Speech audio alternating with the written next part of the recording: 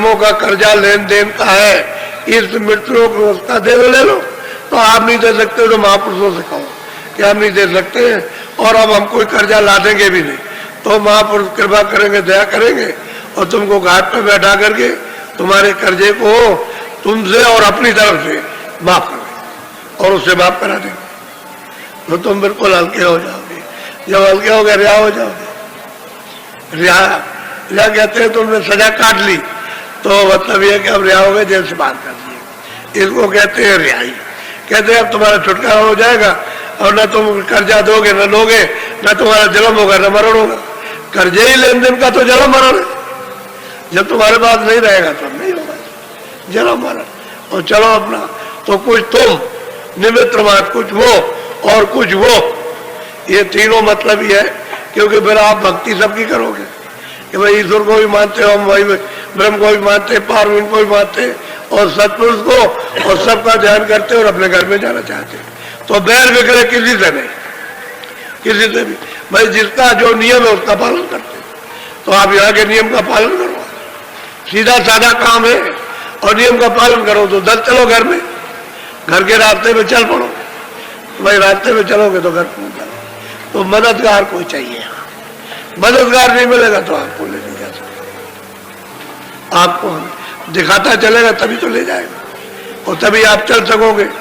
इसलिए ये आज 25वां, आज पहला दिन है तो आज इतना मुहूर्त हो गया, मुहूर्त हो गया। अब यह है कि शाम 4:30 बजे आप 10 मिनट पहले यहाँ, क्योंकि काम तो कोई है नहीं यहाँ पर। जितने बाहर के लोग आए शहर के आदमी छोड़ करके, तो शहर के लोग जैसे आप छुट्टी आए हो या काम छोड़ करके आए हो, दुकान छोड़ के आए हो, कोई साधु तो नहीं हो, सब काम अपना अपना करते हो, बाल बच्चे वाले हो, ऐसे यहाँ से भी छुट्टी ले सकते हैं। क्या बात, जब इतनी दूर से आ रहे हैं तो आप इसको सुनने समझने के लिए और कुछ प्राप्त करने के लिए तो 4:30 के 10 मिनट मैदान में उपस्थित हो जाइए। और पूरी बात जब आप सुनेंगे समझेंगे तभी कुछ पकड़ सकते हो, जब तक सुने समझेंगे तब तक क्या पकड़ में आएगा, क्या आप चलोगे किस तरफ को, कुछ पता ही नहीं रहेगा। तो इसलिए भूल भटक को अपनी मिटवा लो और सीधे सीधे होकर के चल दो। क्यों भूल भटक में फंसे पड़े हुए हो, घर ही तो जाना, जहां से आए वही तो पहुंचना। अरे उसी प्रभु का तो दर्शन करना है, तो और तुमको कहते हैं ये तुम्हें और कहीं तो नहीं लिए जा रहे, प्रभु के दर्शन के लिए तो कहीं रहे। तो और तो दूसरा नहीं, जो सबका जो दाता है, जो सबको देता है, उसी के पास पहुंच चलो। अगर और किसी के पास ले जाए तो मत जाओ आप, सीधा साधा काम। इसलिए आज पहला दिन था, अच्छा हुआ कि बड़ी संख्या में लोग आ गए। हमने तो कहा था कि भाई कल ही लोग, कल से चालू हो गए और 2-1 दिन में अब देखिएगा आप, आजकल परसों में देखिएगा क्या होता है मैदान का। ये सब खबरें बराबर निरंतर मिल रही है कि बड़ी भारी संख्या में लोग भगे चले आ रहे हैं और एक जिले से खबर आ रही है कहीं से 35 बसें और बड़ी भारी संख्या में ट्रेन से चल रहे हैं। तो जो कल चले हैं वो कल तो नहीं पहुंच पाएंगे, दूर के चले। वो तो मतलब ये है कि रात को आए कल सुबह आ जाए, इस तरह से बेचारे चल रहे हैं। तो दूर है, दूर होने की वजह से आएंगे। तो आप लोग बहुत सचेत होकर के होशियारी से आप समझ गए और जिस काम के लिए आए वही काम करो, इधर उधर का कुछ नहीं। आप तो आज पहला दिन है तो मुहूर्त हो गया आज का। अब यह है कि अपने अपने डेरों पर आप लोग जहाँ जिस जिले का है वहां रहो। सही बात यह है कि सामान मिल नहीं रहा, इतना सामान लगा है तो लोग कहते हैं कि ऐसा मतलब है तूफान आया कि हमारा सामान सब फट गया। तो इतनी जल्दी लोग नहीं बना सकते, ले नहीं सकते। तो जो उनके पास सामान मिल रहा हो लगाया जा रहा। आप लोग रहो, जगह खाली रहे। तो हमारा आदेश आपको पहले से है कि आप एक मुंह जमा रखो, जब कभी आओ तो वहीं पर, जब कमी पड़ जाए तो वजरस लगाया मैदान में, तो बहुत अच्छी बात है। और लगाया, उसमें 2-4 आराम से रह गए। अरे 4 लकड़ियां गाड़ी लगा दिया, जाड़े का महीना, दिन में तो कोई बात नहीं है, रात को थोड़ा सा कोई चद्दर उस मोमजा में डाल दिया, ठंडी नहीं लगेगी, आराम से रह जाओ। और असली चीज तपस्या है, चाहे टेंट में रहो चाहे मैदान में रहो, चाहे मोमजामे के रहो चाहे कम्बल ओढ़ के चलाए, ये तो भाई स्थान तपस्या का है। तो थोड़ा सा तप तो विचारों का, कामों का, सबका मतलब ये कुछ है, अंदर का कुछ बाहर का तब तो कर ही लीजिए, अच्छा रहेगा। और आप उधर से जो चले आ रहे हो, देखते हो बाबा जी ने पहले कहा था कि भयंकर तकलीफें आएंगी, आपको बाबा जी सब सुना चुके, आप कोई बात याद कराने की जरूरत नहीं है, अब वो तकलीफें है बहुत ज्यादा। और हमने कहा था कि देखो भजन करो, जिसी से निवारण होगा और रास्ता पर आने तकलीफों के आने का रुक जाएगा। तो आप लोगों ने नहीं सुना, हमने कहा कि जब हमने सुना है नहीं सुना तो क्यों अपना समय बर्बाद करते हो, चलो चुपचाप वही मथुरा में, वहां मतलब ये थोड़ा सा रुक जाए, थोड़ा ठहर जाए, तो यहाँ थोड़ा सा आकर के रुक गए। और नीम सारण से जब से आए गुरुपूर्णिमा से, तब से आकर के गुरुपूर्णिमा हो गई, और ये चौथा महीना 1 साल 4 महीने हो गए, तो ये आश्रम में रहे, कहीं नहीं गए, तो एक दिन के लिए भी कहीं नहीं गए बाहर, इसी आश्रम में। अब वो देख लीजिए आप, कहीं कोई प्रचार नहीं, और जो जो बातें सुनाई अब सबको याद है, समय पर हमने कहा तो सब बात याद हो जाएगी।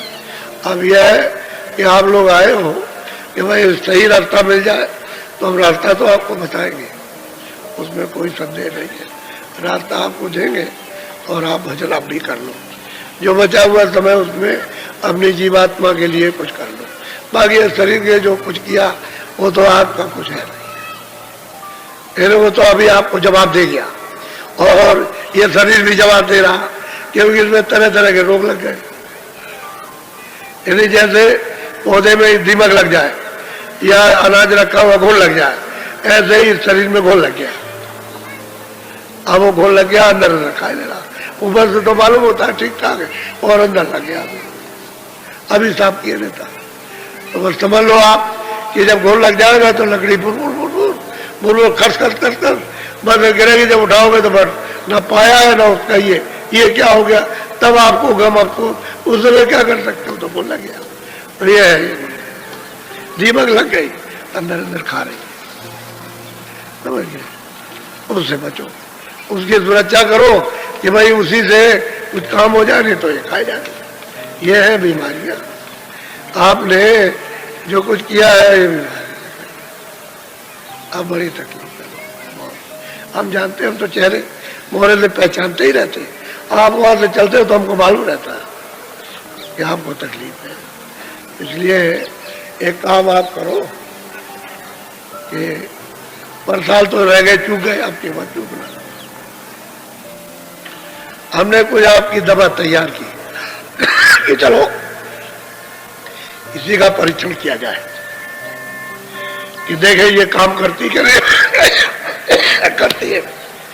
कुछ ऐसी चीजें हैं काम तो करेगी लेकिन उसमें कम करेगी, लेकिन कुछ ही चीजें ऐसी, जैसे भूत लगा हुआ, अब भूत बहुतों में लगा पता नहीं चलता, दवा सब जगह की भाग भाग के खा रहे हो, चले जाते हो मुंबई कलकत्ते 2 लाख 4 लाख 10 लाख खर्चा करे, ये है तो मतलब भूत लगा, कहता है कि तुम कहीं भी जाओ और कितनी दवा खाओ छोड़ नहीं सकते आप, और वो आपको पता भी नहीं चलता भूत क्यों लगता है, कैसे लगता, भूत कैसे बनता, ये तो आपको कोई मालूम नहीं है। जब आपको मालूम नहीं है तो फिर आपको क्या पता चलेगा, कुछ नहीं, वो लगा रहेगा और बाहर लगा रहेगा, और रोते रहोगे, चिल्लाते रहोगे, और कुछ नहीं हो सकता, कहोगे क्या हो गया। बहुत से लोग आते जाते हैं, तो इसलिए हम ये चाहते हैं कि थोड़ी दवा का परीक्षण हो जाए, तो यह दवा तैयार की है, लेकिन मुफ्त में लेना,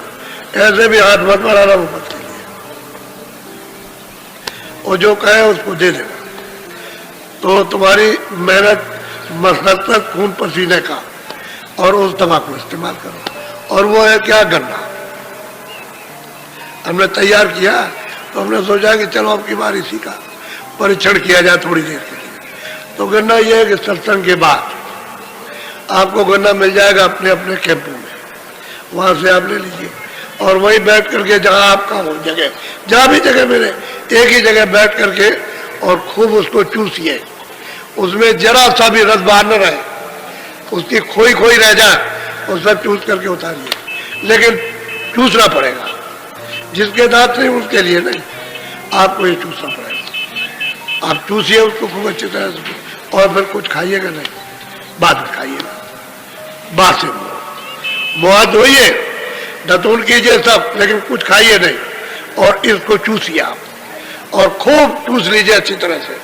बस फिर उसके बाद इच्छा हो तो आप खाइए, नहीं इच्छा तो मत नाश्ता कीजिए, कोई जरूरत नहीं है उसमें। चाय वगैरह जल्दी मत कीजिए, पहले आप इसको खा लीजिए। आप चाय कोई ऐसी चीज नहीं है कि जो आप छोड़ देंगे तो मर जाएंगी, वो खाली एक आदत पड़ी है।